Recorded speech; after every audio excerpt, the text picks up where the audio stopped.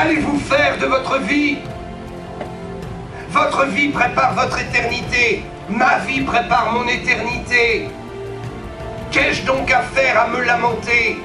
Qu'ai-je donc à faire à perdre mon temps? L'heure est grave. Chaque jour qui passe est un morceau de mon capital terrestre arraché pour toujours. Chaque jour qui passe, c'est un morceau de mon capital terrestre qui s'en va dans le néant et que je ne pourrai plus rattraper. Et un jour, il me faudra partir vers le ciel. Qu'aurais-je fait de mon capital vie? Comment est-ce que je vais gérer mon capital vie? Je suis en colère contre le diable. Je vais finir de baisser les bras devant toujours ces intimidations. Ne vous laissez pas intimider. Ne vous laissez pas intimider. Choisissez votre camp et persévérez jusqu'au bout. Ensemble, nous allons gagner. Amen. Nous sommes sur cette terre pour un test, pour une épreuve. Si nous n'avons pas compris cela, nous n'avons rien compris. Pourquoi est-ce que Dieu nous a laissés sur cette terre, nous laisse dans les souffrances, dans les épreuves, dans les difficultés, dans les combats? Parce que la gloire du combat ne remplace rien. Je vous assure que nous pouvons être dignes, nous pouvons être fiers de combattre pour la foi. Amen. Les anges n'ont pas cette possibilité de combattre pour la foi parce qu'ils voient tout, ils connaissent tout, ils entendent tout du royaume des cieux et des batailles. Mais nous, nous sommes dans l'aveuglement de ce corps de chair. Nous voyons comme au travers d'un voile. Nous voyons d'une façon obscure. Et c'est ce qui fait toute notre dignité. Nous marchons par la foi.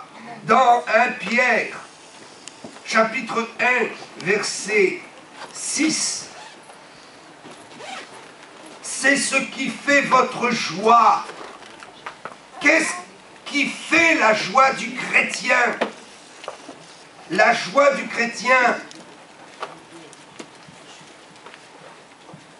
c'est d'être soumis à des épreuves, de triompher par la foi de ces épreuves et de savoir qu'à travers les épreuves, Dieu nous glorifie, Dieu nous élève et Dieu nous prépare pour une éternité de gloire. Le Seigneur ne travaille pas avec les morts, il travaille avec les vivants. Le Seigneur ne travaille pas avec ceux qui sont au ciel, il travaille avec ceux qui sont sur terre. Car au ciel, tout est parfait.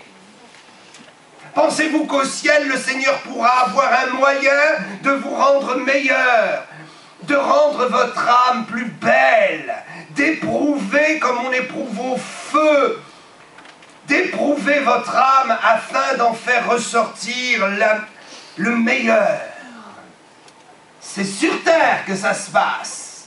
C'est pourquoi l'apôtre dira, c'est ce qui fait votre joie. Quiconque maintenant, puisqu'il le faut, vous soyez attristés pour un peu de temps par diverses épreuves. Quoique maintenant, parce qu'il le faut, nous soyons éprouvés par des épreuves, afin que l'épreuve de la foi, il n'est pas question d'épreuves inutiles. Dieu qualifie les épreuves qui entrent dans la vie du chrétien comme étant des épreuves de la foi. Alléluia.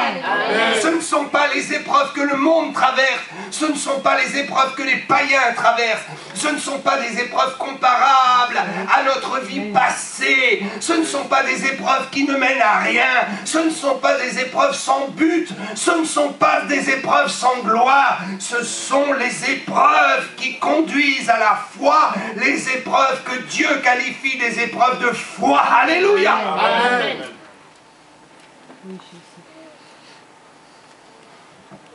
La Bible affirme, afin que l'épreuve de votre foi, mon épreuve n'est pas la tienne, j'ai une épreuve sur cette terre qui m'appartient en propre et qui est qualifiée comme l'épreuve de ma foi pour ma justification, pour glorifier la justification de Dieu dans mon cœur, pour rendre mon âme meilleure, pour préparer mon âme à aller au ciel dans la gloire et glorieusement dans la gloire. Alléluia. Amen.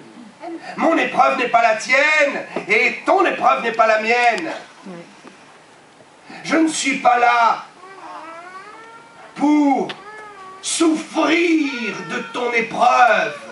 Je dois souffrir du travail de Christ. Nous devons souffrir notre propre travail et notre propre épreuve. Ne croyez pas que d'un coup de baguette magique ou d'une prière miraculeuse, je vais anéantir l'épreuve de ta foi. Car il y a des choses qui appartiennent en propre à l'épreuve de ta propre foi. Amen. Il y a des moments où il semble que toutes les prières du monde ne résoudront pas notre problème parce que nous devons traverser notre problème afin d'y trouver une élévation.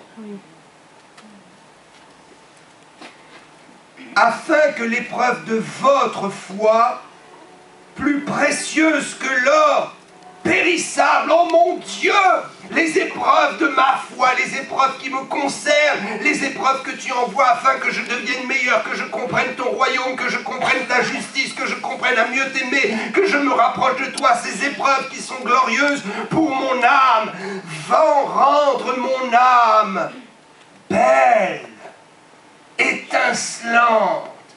Les épreuves que je dois traverser vont permettre la révélation de ce qu'il y a de meilleur en moi, de ton dépôt, ô mon Dieu. Ces épreuves vont façonner mon cœur, mon âme, mon esprit, vont façonner toute ma personnalité afin que cette personne que je suis te soit agréable, puisse un jour partir dans le ciel et briller de toute la splendeur de Christ.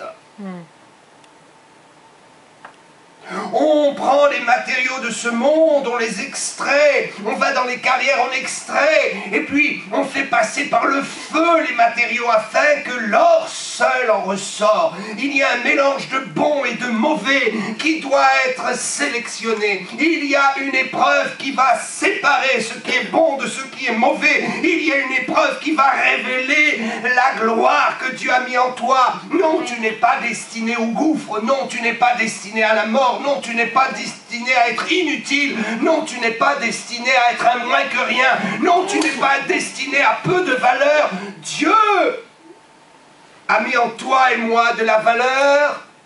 Et Dieu veut faire de chacun d'entre nous des gens de valeur. Par la puissance de l'épreuve de la foi. Car quand nous traversons l'épreuve qui est la nôtre et que nous en sortons glorieusement victorieux, cela est plus précieux que l'or périssable. Amen. Plus précieux que toutes les possessions et les richesses de ce monde. Il y a des gens qui passent par des épreuves pour posséder en ce monde. Mais c'est une épreuve qui n'est pas l'épreuve de la foi, qui est une épreuve périssable, pour des choses périssables. Mais nous traversons des épreuves qui vont faire de nous des êtres exceptionnels. Amen. Pour un monde exceptionnel. Ne vous dévalorisez pas. Il y a quelque chose de votre vie que Dieu veut faire sortir de bon. Il y a quelque chose dans votre vie et Dieu veut le faire ressortir. Dieu veut vous former, il veut me former. Et chaque fois qu'il me reprend, chaque fois qu'il laisse une épreuve perdurer, c'est parce qu'au travers de cette épreuve, je dois comprendre quelle est ma sanctification. Quel est le moyen que Dieu va utiliser pour me préparer au ciel? Battons-nous pour la foi. Amen. ce que cela va produire, cette épreuve de la foi qui va me transformer, modifier ce que je suis, pour faire de moi un vase d'honneur, alors que je suis un vase vil. Cette épreuve qui va transformer le vase vil en vase d'honneur va permettre une vraie louange. L'épreuve de votre foi, plus précieuse que l'or périssable, qui cependant est éprouvée par le feu, aura pour résultat la louange, la gloire et l'honneur lorsque Jésus apparaîtra. Peut-être tu luttes contre Dieu et tu dis, Dieu, je dois me forcer à venir à l'église. C'est nécessaire pour ta croissance. Je dois me forcer à être rigoureux. C'est nécessaire pour ta croissance. Je dois supporter un tel ou un tel. C'est nécessaire pour ta croissance. Dieu veut nous transformer, mes frères et sœurs. C'est tellement capital. Il veut nous transformer. Il veut nous préparer. Nous sommes sur cette terre pour un test. Oh Dieu, je veux passer l'épreuve avec succès. Nous sommes dans un terrain d'épreuves et de tests. Nous passons un examen. Le plus grand, le plus merveilleux des examens, l'examen de la foi. Vous ne pourrez rien obtenir sans la foi. Vous ne pourrez rien obtenir sans la valeur des épreuves de la foi dans votre vie. Non, ce n'est pas vrai. Dieu n'appelle pas quand tu as les poches pleines. Il appelle quand tu as les poches vides. Non, ce n'est pas vrai. Dieu ne va pas te faire démarrer dans le ministère avec toutes les facilités. Il va te faire démarrer dans la difficulté afin que lorsqu'il va t'élever, que tu seras dans l'aisance et la facilité, tu sois fort de la foi et capable de te réjouir dans la disette comme dans l'abondance. Si Dieu te fait démarrer dans la facilité, comment est-ce que tu pourras éprouver la foi quand Dieu t'aura élevé? Je veux être de ceux qui vont réussir avec Dieu, ayant démarré dans la difficulté, pour dire quand je suis dans la facilité, j'ai acquis la force de la foi. Dieu ne fera aucun miracle avec toi, Dieu ne fera aucune puissance à travers ta vie. La puissance du Saint-Esprit ne pourra jamais se manifester si tu n'acceptes pas les épreuves de la foi qui vont forger ton caractère comme un véritable homme de Dieu, comme une véritable servante de l'Éternel. Dieu a besoin de gens forts, engagés, de gens qui ne se renient pas eux-mêmes, des gens qui ne commencent pas à faire 3 pas dans une direction et qui reculent, des gens qui vont jusqu'au bout de leur objectif, des gens qui s'engagent et qui, malgré vents et marées, continuent l'objectif et gardent le cap. Parce que les gens forts sont des gens qui ne se renient pas eux-mêmes. Ce ne sont pas des gens qui s'agenouillent un jour et qui font une confession à Dieu et qui le lendemain la renient à la moindre épreuve, à la moindre tentation. Il faut bien se fixer un jour dans une barque. Mais Dieu n'aime pas les lâches qui quittent la barque pour aller dans une autre barque sous prétexte que la barque ne leur convient plus. Il y a des problèmes et des difficultés partout. Mais à un moment donné, il faut choisir une barque, s'y installer et aller dans le cap de Dieu. Amen. Dieu veut des gens d'honneur, des gens de dignité. Nos églises sont salies par l'indignité, le manque d'honneur. Nous devons redresser la barre et dire au Dieu,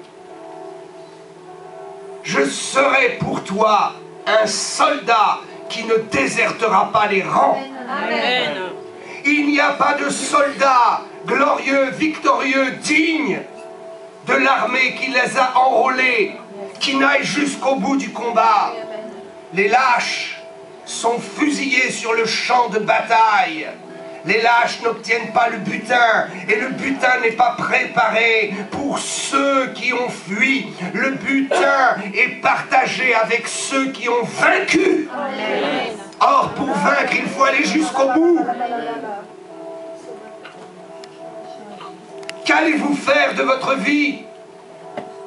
Votre vie prépare votre éternité. Ma vie prépare mon éternité. Qu'ai-je donc à faire à me lamenter? Qu'ai-je donc à faire à perdre mon temps? L'heure est grave. Chaque jour qui passe est un morceau de mon capital terrestre arraché pour toujours. Chaque jour qui passe, c'est un morceau de mon capital terrestre qui s'en va dans le néant et que je ne pourrai plus rattraper. Et un jour, il me faudra partir vers le ciel. Qu'aurais-je fait de mon capital vie? Comment est-ce que je vais gérer mon capital vie? Si vous refusez constamment d'être éprouvé par Dieu, vous allez gâcher votre capital vie. Si vous refusez constamment de vous soumettre, on se soumet tous à quelqu'un, à quelque chose. Ne croyez pas qu'on arrive dans l'œuvre de Dieu sans s'être soumis à quelqu'un. À un moment donné, il faut monter dans une barque, il faut s'y tenir. À un moment donné, il faut se soumettre à un capitaine. Avant d'être capitaine soi-même, il faut laver le pont et se soumettre à quelqu'un. Soumettez-vous aux autorités établies par Dieu. Soumettez-vous à votre pasteur. Et sachez que de toute façon, vous ne réussirez rien dans l'œuvre de Dieu. Et vous ne réaliserez pas votre vie si vous n'êtes pas sous l'autorité spirituelle de quelqu'un qui a déjà fait le chemin avant vous. Amen. Je veux être sous l'autorité spirituelle de quelqu'un qui a fait déjà avant moi le chemin que je suis en train de parcourir, afin que cet homme m'explique les embûches, afin qu'il me dise comment je dois faire pour ne pas perdre mon temps et gagner mon temps. La soumission n'est pas quelque chose de négatif. La soumission n'est pas une dictature. La soumission est quelque chose de positif. La soumission nous permet d'aller plus vite. La soumission nous permet de rentrer dans l'amour de quelqu'un qui veut nous aider à aller plus vite et plus loin. Alléluia. Amen. Dans l'œuvre de Dieu, on ne monte pas en marchant sur la tête des autres. Dans l'œuvre de Dieu, on monte en tirant les autres vers le haut. Amen. C'est la réalité biblique. Dans l'œuvre de Dieu, on accepte les chemins difficiles. Parce que si on veut monter haut, il faut un peu de difficulté. L'attraction terrestre nous montre que plus on veut s'élever, plus on est rattaché à la terre. Mes amis, plus vous allez vouloir vous élever vers le ciel, plus vous allez être confrontés à une attraction charnelle et terrestre qui vous ramène constamment vers le bas. Il faut lutter contre cela. Plus vous allez monter sur les sommets et moins vous allez respirer l'oxygène de ce monde. Mais plus vous allez être en contact avec la sérénité de Dieu. Nous avons de la valeur. Et nous allons dire au diable que cette valeur va être révélée. Amen. Comment voulez-vous vivre une expérience avec Dieu si vous ne mettez pas un peu votre vie en péril, en risque pour Dieu? Si Dieu veut vous sauver, il faut que vous soyez en péril. Si vous refusez constamment de vous mettre en péril par la foi pour lui, comment voulez-vous voir son miracle? Si vous avez peur d'aller distribuer des prospectus dans les milieux les plus durs, où les drogués sont là avec le pistolet ou l'arme blanche, si vous avez peur d'aller dans les quartiers chauds là-haut pour sauver les dealers de drogue, comment voulez-vous vivre l'expérience de la foi? Comment est-ce que Dieu va vous sauver dans votre canapé, dans votre confort, dans votre maison, avec vos petits millions sur votre compte en banque? Comment Dieu va vouloir vous faire expérimenter la prospérité si vous ne prenez pas un peu de ces millions pour les tremper dans l'œuvre de Dieu et sauver des âmes? Comment voulez-vous voir Dieu remplir vos comptes en banque si vous ne les videz pas? Comment vous voulez comprendre que simplement peut-être de prendre l'argent dans votre grenier bien caché peut sauver une âme le 11 et le 12 mai prochain? Amen. Sortez de vos sécurités. Je suis fatigué de me soumettre aux sécurités diaboliques et de vouloir plaire au peuple de Dieu en me soumettant à votre sécurité. Mes amis, je vais vous faire sortir de vos sécurités, vous me direz merci. Je vais vous entraîner vers un jour nouveau, vers une gloire de la foi nouvelle. Pouvoir se lever le matin en disant j'ai pris les risques pour Dieu et se coucher le soir en disant j'ai vu la gloire de Dieu me rendre au centuple. J'ai vu la gloire de Dieu me garder, mettre un bouclier autour de moi. Combien de temps vous reste-t-il à vivre sur terre? Combien de temps me reste-t-il? Je ne veux pas gâcher un seul moment. Je veux m'engager pour l'œuvre de Dieu. Je veux servir le Seigneur de tout mon cœur. À un moment donné, il faut bien faire quelque chose de sa vie. À un moment donné, il faut choisir. Ok, si vous ne voulez pas donner pour Dieu, mais donnez-vous alors dans ces cas-là pour quelque chose. La société française est une société franc-maçonnique. Écoutez bien, le projet de ces francs-maçons et de ces Illuminati, c'est de tirer les gens dans l'inactivité afin de mieux les contrôler. La télévision, les médias, la publicité, les firmes, toutes les firmes commerciales ont un seul objectif: rendre esclaves le peuple en les aliénant. Et en disant, oh vous petits Français, j'ai tout compris, vous ne voulez pas sortir de vos sécurités, les pasteurs ont peur de vous faire sortir de vos sécurités, on va vous sécuriser encore plus pour mieux vous dominer, parce que la foi n'est pas dans la sécurité humaine, la foi est dans la sécurité de Dieu. La foi est dans la sécurité divine. Je préfère tout perdre, mais partir au ciel en étant accueilli par les anges. Je préfère avoir une église de 10 membres et que les 10 partent au ciel avec moi, que d'avoir une foule d'hypocrites qui ne connaîtront même pas les noces de l'agneau. Est-ce que vous pouvez imaginer un instant l'angoisse de rester sur terre quand l'église va être enlevée? C'est pour très bientôt. Vous pouvez imaginer l'angoisse qui pourra être la vôtre si vous restez sur terre et que vous ne partez pas au ciel au moment où Jésus viendra vous chercher? Est-ce que vous pouvez imaginer l'angoisse? Est-ce que vous pouvez imaginer que peut-être vous leverez le poing contre moi ce jour-là en disant « Pasteur, tu as été faible, tu ne nous as pas dit la vérité. »